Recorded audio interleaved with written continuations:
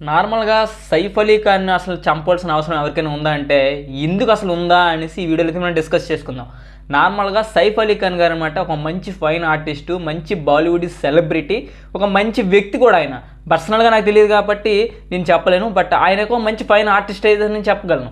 So, ఈయనకి ఒక 6 కత్తిపోట్లు పొడవాల్సిన అవసరం ఎవరికుంది ఏంటనేది ఈ వీడియోలో అయితే డిస్కస్ చేద్దాం.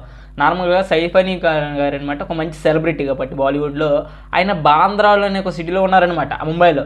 సో, అది ఒక మంచి సిటీ. అందరూ ఎక్కువ మంది సెలబ్రిటీస్ అండ్ ఎక్కువ రిచ్ కిడ్స్ అయితే ఉంటారనమాట.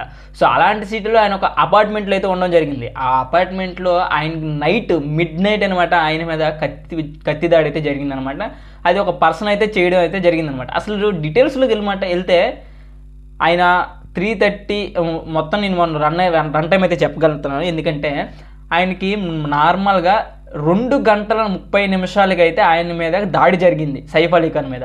మొత్తం 6 కత్తిపోట్లు అయితే పొడవడం జరిగిందనమాట. ఆ 6 కత్తిపోట్లలో 2 సివియర్ అనమాట. ఒకటి నాడి దగ్గర అండ్ భుజం దగ్గర అయితే ఉంది. అదైతే న్యూరాలజిస్ట్ అనమాట ఆయన ఆపరేట్ చేసాడనమాట.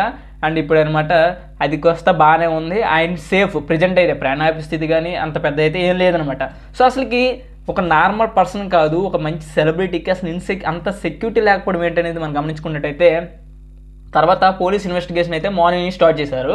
సో, మార్నింగ్ పోలీస్ ఇన్వెస్టిగేషన్లో మనకు తెలిసింది ఏంటంటే ఆ సెక్యూరిటీ ఉంటుంది కదా, ఆ సెక్యూరిటీ ఏమని చెప్తున్నాడంటే ఎవ్వరు మిడ్ నైట్ కానీ నిన్న ఆ టైం నుంచి కానీ ఏ ఒక్కరు కూడా లోనికి వెళ్ళడం చూడలేదు, ఆయన అయితే చూడలేదని కరాఖండిగా చెప్తున్నాడు.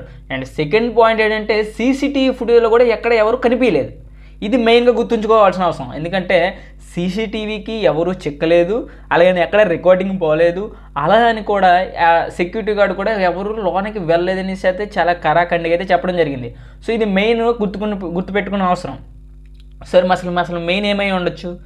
మ్యాక్సిమం నేను ఎక్స్పెక్ట్ చేస్తుంది లేకపోతే ఆలోచించిస్తుంది ఏమైనా అంటే, మ్యాక్సిమం వాళ్ళ ఇంట్లో వాళ్ళు ఎవరైనా హత్యకి పాల్పడ్డారేమో అనేసి అయితే ఫస్ట్ డౌట్ నాకైతే. అండ్ సెకండ్ పాయింట్ ఏంటంటే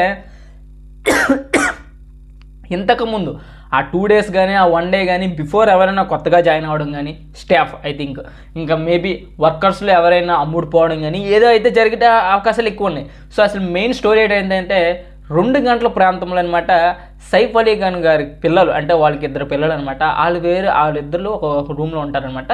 అండ్ ఈయన కరీనా కపూర్, ఈయన అయితే ఒకటో ఉంటారు. సో, వీళ్ళిద్దరు రూమ్లో అయితే ఒక అన్నోన్ పర్సన్ అయితే ఎంటర్ అయ్యాడు అనేసి వార్తలు 2 o'clock ఆ టైంలో. సో, ఆ టైంలో ఒక చప్పుడు వినబడింది, ఒక చిన్న కదిలికి వినబడడంతో సైఫ్ అలీ ఖాన్ గారు ఆ రూమ్లోకి ఎంటర్ అయ్యారు, పిల్లల రూమ్లో. సో, పిల్లల రూమ్లో ఎంటర్ అయ్యడం ఎంతైనా ఒక ఫాదర్ కాబట్టి ఆయన్ని అందరి నుంచి కాపాడాలని ఒక మొత్తం ఏదైనా ఒక రిచ్ పర్సన్ అవ్వచ్చు, ఏ పేదోడైనా ఒక ఫాదర్ అంటే ఫాదర్ కాబట్టి వాళ్ళ పిల్లల్ని కాపాడడం కోసం ఒక ముందు డేరింగ్ స్టెప్ వేయచ్చు.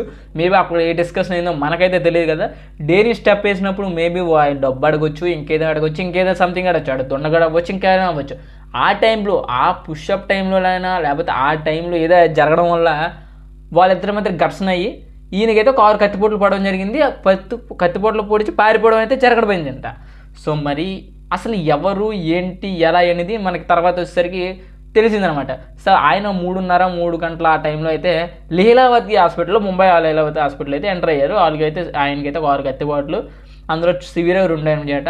అవి జరిగిన అయితే ఆయనకైతే ఆపరేషన్ అయితే చేయడం జరిగింది. సో, నార్మల్గా పోలీసులు ఎలా ఎంక్వైరీ చేస్తారు ఇప్పుడు? నార్మల్గా చాలామంది ఏమనుకుంటున్నారంటే రీసెంట్గా సల్మాన్ ఖాన్ గారి ఇంటి దగ్గర అయితే ఫైర్ అయితే జరిగింది.